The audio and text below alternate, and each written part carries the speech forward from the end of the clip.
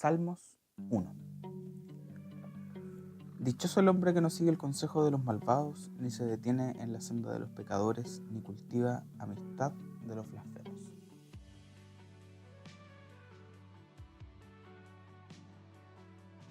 Este salmo comienza describiendo a quien es feliz, a quien es dichoso, y la palabra hebrea que utiliza es ashrei, que significa feliz, realizado, bienaventurado. Pero hay un teólogo traductor que se llama André Churaqui, que dice que además esta palabra ashrei se utiliza para describir a las personas que están en marcha, que van en una dirección, que van caminando. Entonces aquellos que están en marcha son los felices y realizados, como si estuviesen caminando hacia algún lugar. ¿Qué no son estas personas? Es lo que nos comienza describiendo el Salmo. Dice que las personas bienaventuradas, las personas dichosas, no siguen, no se detienen, ni se sientan. No siguen a los malvados, no se detienen con pecadores y ni se sientan con blasfemos. Y aquí, en el primer salmo, aparece el recurso del paralelismo y aplicado a una oposición. Y en la estructura verbal de la frase hebrea hay una inversión entre el verbo y el sustantivo que hace que esto sea muy interesante, porque el mensaje de este salmo es curioso, porque parte describiendo a alguien a través de una negación. Dice lo que una persona feliz, lo que una persona realizada no es. Y muchas veces pareciera ser que es más fácil definirnos a partir de lo que no somos. Por eso que la primera pregunta que podemos hacernos en el primer verso de este salmo es ¿qué no somos? ¿Tenemos la capacidad de describirlo? ¿Podemos decir qué no somos nosotros? Ahora, después de describir lo que un hombre feliz, un ser humano bienaventurado no es, el salmista describe lo que sí es y dice en el siguiente versículo que la persona bienaventurada es quien se deleita en las enseñanzas de Yahweh, quien se deleita en las enseñanzas de Dios. Dice, sino quien la ley del Señor se deleita y día y noche medita en ella. Y cuando está hablando de ley, se refiere a Torá, que es una palabra súper importante a lo largo de toda la Biblia hebrea, porque la palabra Torá no significa solamente ley, sino que significa enseñanza. Por lo tanto, esta palabra era utilizada por los religiosos de la época, además para dejar enseñanza, para hablar de la ley, sino que para describir lo que hoy día nosotros conocemos como el Pentateuco, los primeros 5 libros de la Biblia. Entonces, ese ser humano feliz, realizado, bienaventurado, es alguien que se deleita en las enseñanzas de la palabra de Dios, es alguien que se deleita en la ley de Dios, es alguien que se deleita en el Pentateuco de la Biblia, que era lo que tenían los judíos de la época como principal enseñanza. Y cuando habla de que la persona bienaventurada medita en ella de día y noche, al hablar de la palabra meditación se utiliza el verbo que es agá, que significa murmurar.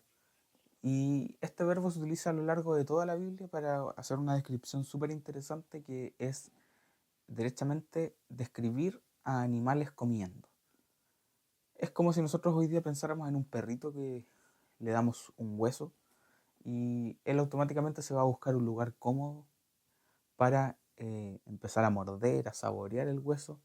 Y si nos ponemos atención cuando está disfrutando este hueso, como que emite un ruido, un sonido. Entonces podemos ver aquí una imagen súper interesante que el salmista está creando, porque dice que el hombre feliz, el hombre bienaventurado es quien se deleita en las enseñanzas de la palabra de Dios, pero es a quien saborea las delicias de la palabra de Dios, que hace este sonido de estar disfrutando este hueso como un animalito.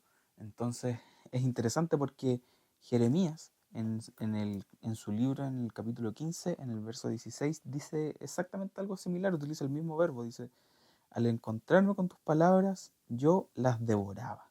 Ellas eran mi gozo y la alegría de mi corazón, porque yo llevo tu nombre, Señor Dios Todopoderoso. Entonces, si seguimos con el Salmo 1, en el verso 3 dice que la persona feliz, dichosa, bienaventurada es como el árbol plantado a la orilla de un río, que cuando llega su tiempo da fruto y sus hojas jamás se marchitan. Todo cuanto hace prospera.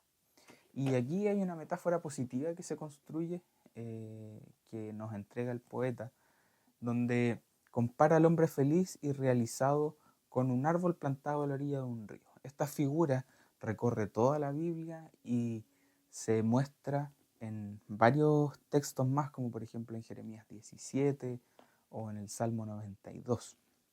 La idea es que nosotros como siervos de Dios, como árboles plantados a la orilla de un río, nos alimentamos de lo que Dios nos provee, del agua que corre de este río en el cual nosotros como siervos de Dios estamos plantados a la orilla. Pero esta metáfora no para ahí, sino que agrega algo más, que la persona bienaventurada da fruto en el tiempo cierto, en la estación cierta, pero las hojas, el follaje de este árbol nunca se marchita. Y esta figura es súper interesante porque nos deja muy en claro que el fruto no se da todo el tiempo. Los frutos no aparecen siempre, sino que vienen apenas en la estación correcta. Pero sí, las hojas, el follaje no se marchita nunca. Ese está presente todo el tiempo. Y pareciera ser que muchas veces creemos que el follaje del árbol o las hojas del árbol como que molestan un poco a la hora de el fruto. De hecho, decimos vamos a cortarle un poquito de hojas al árbol para que tenga más fuerza para dar el fruto. Pero el follaje de las plantas, el follaje de los árboles sirve de sombra, sirve de acogimiento para el resto de plantas que están alrededor, para personas que pasan por ahí. Por lo tanto, cuando llevamos esto a nuestras vidas, tomamos esta metáfora, tenemos que tener mucha claridad de que el salmista nos está diciendo que no siempre vamos a dar frutos, que no siempre vamos a ser productivos, sino que los frutos van a llegar al momento cierto. Pero sí es importante que nuestras hojas, que proveen de sombra para el resto, que acogen a los que están bajo el sol y que necesitan un descanso, siempre tienen que estar. Ahora, la gran idea final de este verso es que todo lo que este ser humano feliz o bienaventurado hace, prosperará, dice. El verbo cuando habla de prosperar es salaj y está escrito en un modo de la literatura hebrea que se llama jifil, que es una acción causante, es decir, que produce algo. Entonces, básicamente, por la forma en que está escrito, este verbo no nos está diciendo que quien es bienaventurado es próspero, sino que quien es bienaventurado hará prosperar. Por lo tanto, eso es muy importante hoy día porque el foco de nuestra existencia en Dios no debe tener como prioridad nuestra propia prosperidad, sino que tiene que tener como prioridad hacer que otros prosperen. Por eso el hombre feliz y realizado se preocupa con que otros prosperen y no se preocupa de su propia prosperidad porque él es alimentado por el agua del río en el cual está plantado, que es Dios. A partir del verso 4 dice, en cambio los malvados son como paja arrastrada por el viento. Por eso no se sostendrán los malvados en el juicio, ni los pecadores en la asamblea de los justos. Porque el Señor cuida el camino de los justos, mas la senda de los malvados lleva a perdición. En esta última sección del Salmo tenemos la descripción de quiénes son los perversos, la comparación de las personas bienaventuradas y felices. Entonces, es muy interesante notar cómo las metáforas funcionan, porque el justo es mostrado como un árbol que está plantado a la orilla de un río, que da fruto a su tiempo, que tiene un follaje que da sombra y al mismo tiempo todo lo que hace que los demás prosperen. En cambio, los perversos los presenta como paja que está esparcida por el viento en cualquier lugar, dependiendo de dónde el viento la lleve. Entonces aquí hay una dinámica de oposición que no solamente se da con los árboles y la paja, sino que también se da una oposición con la idea del movimiento. La persona bienaventurada, feliz, es como un árbol que está plantado, que está fijo, que no se mueve. En cambio, los perversos son como paja que se la lleva el viento, que están esparcidos por ahí y que están en constante movimiento. Por lo tanto, aquí es muy importante notar el movimiento porque hay un propósito en este movimiento.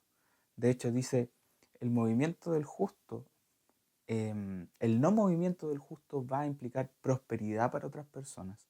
Ahora bien, el movimiento de los perversos no. Eso es más o menos lo que nos estaba tratando de mostrar el Salmo. Entonces, por eso dice que los perversos no se van a sostener, no se van a mantener de pie en el día del juicio, porque está esta figura de que son como paja que se le lleva el viento. Entonces, aquí si volvemos al inicio del Salmo, a la descripción del hombre feliz, que es la persona bienaventurada, dice que no sigue, no se detiene, ni se sienta. Y aquí los perversos no se sostendrán en el día del juicio.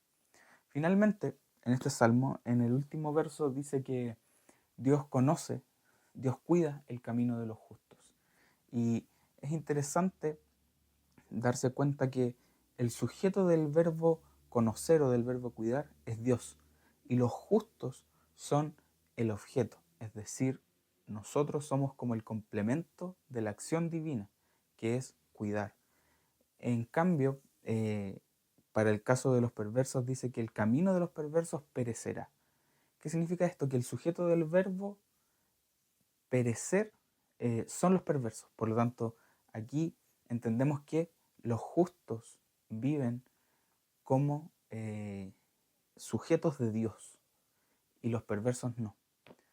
Ahora, creo que el mensaje más importante de este salmo es que el hombre justo, el hombre bienaventurado, el hombre que está en marcha, parte en lo singular. Dice, dichoso es. En cambio, la primera vez que aparecen los perversos en este salmo siempre aparecen como colectividad, como en plural. Y no tienen ninguna variación a lo largo del salmo. En cambio, la persona justa parte como singular, parte como bienaventurado, se transforma en justo y la capacidad de hacer que otros prosperen termina llevando a que el justo no sea singular, sino que hable de los justos, es decir, pasamos al plural. Y esto es interesante porque cuando criamos en nosotros la idea de que somos árboles plantados a la orilla del río y que tenemos que hacer que las demás personas prosperen, tenemos que ser acogedores, que tenemos que proveer la sombra para quien no la tiene, nunca vamos a caminar solos. Siempre vamos a caminar con las personas que llegan y con las que nosotros ayudamos y con las personas que finalmente terminamos haciendo la comunidad de los seguidores de Jesús.